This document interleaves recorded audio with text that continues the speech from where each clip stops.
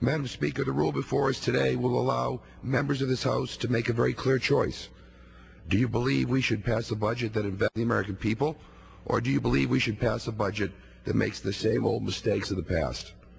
My friend from California, Mr. Dreyer, and I had a very good debate on the floor and in the Rules Committee yesterday. And I know that many of our colleagues will voice their opinions today during the debate. But I would like to take a bit of time to talk about the choice that members will make today. In addition to the Democratic and Republican budget, this rule makes an order proposals from the Progressive Caucus, the Congressional Black Caucus, and the Republican Study Group. So a wide range of options will be presented today. I will vote proudly for the Democratic budget. Our budget reduces the deficit, it cuts taxes for middle-class families, and it makes critical investments in health care, education, and clean energy. We'll hear a lot today about the deficit, so let's remember one thing.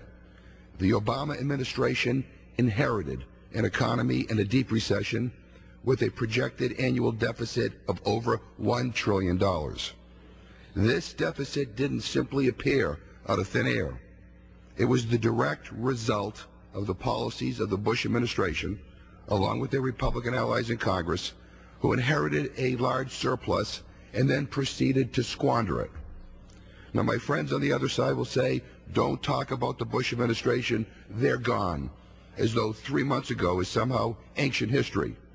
But we must talk about how we got into this mess.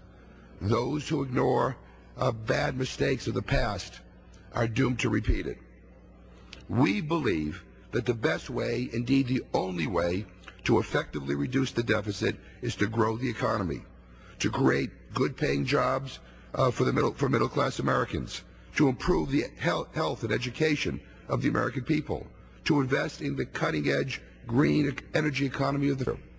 By contrast, the Republican budget proposes slashes in health care and in nutrition for the most vulnerable Americans. It ignores the educational needs of our people, and it relies on the same dirty fossil fuels that threaten our environment and increase our dependence on foreign oil. Now, I'd like to talk for a moment about a specific difference between the two budgets, on hunger and nutrition.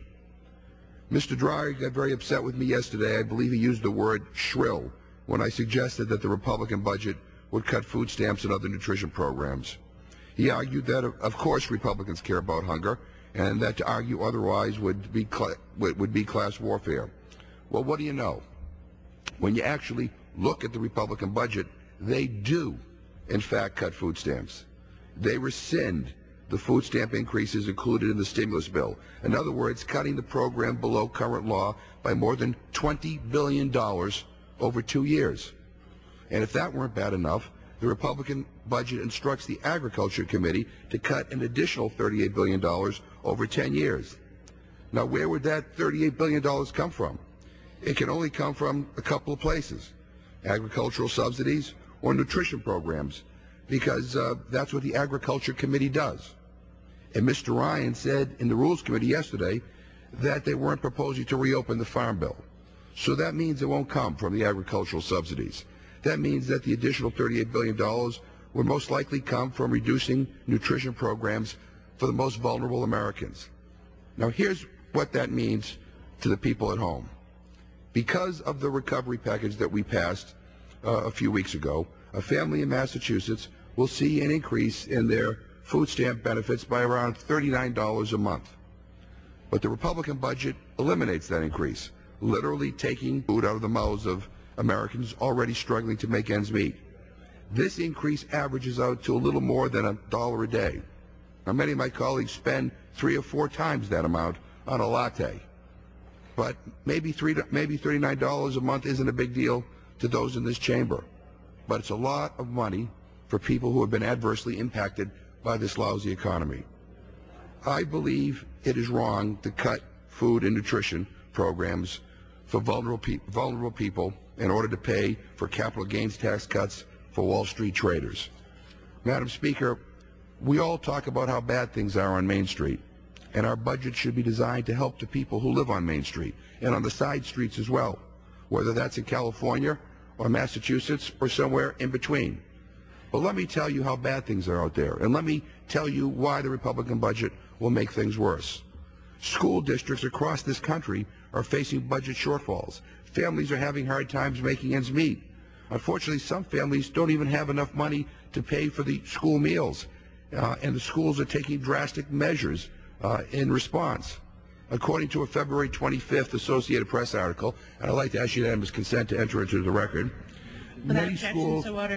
many schools are literally taking kids out of the lunch line because their parents can't afford to pay the cost of a reduced lunch, and they're giving them a cheese sandwich, or in some cases giving them nothing, simply because their parents can't afford to pay for the reduced price school lunch.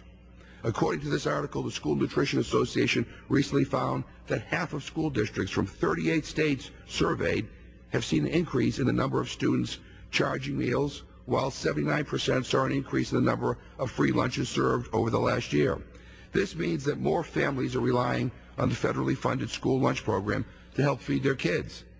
Yet, the Republican budget would basically cut school lunch funding from the budget, once again making it harder for our children to get the proper food and nutrition they need. Now, my good friend from the other side of the aisle will probably say that this is class warfare, that the Democrats are demagoguing this issue. Well, let me tell my good friend from California that the Republican budget requires the Education and Labor Committee to cut almost $23 billion from programs in their jurisdiction. One of the biggest programs, if not the biggest program, is the school lunch program. And if the Republican Party isn't cutting school lunch, then I'd like to hear where they are going to make these cuts.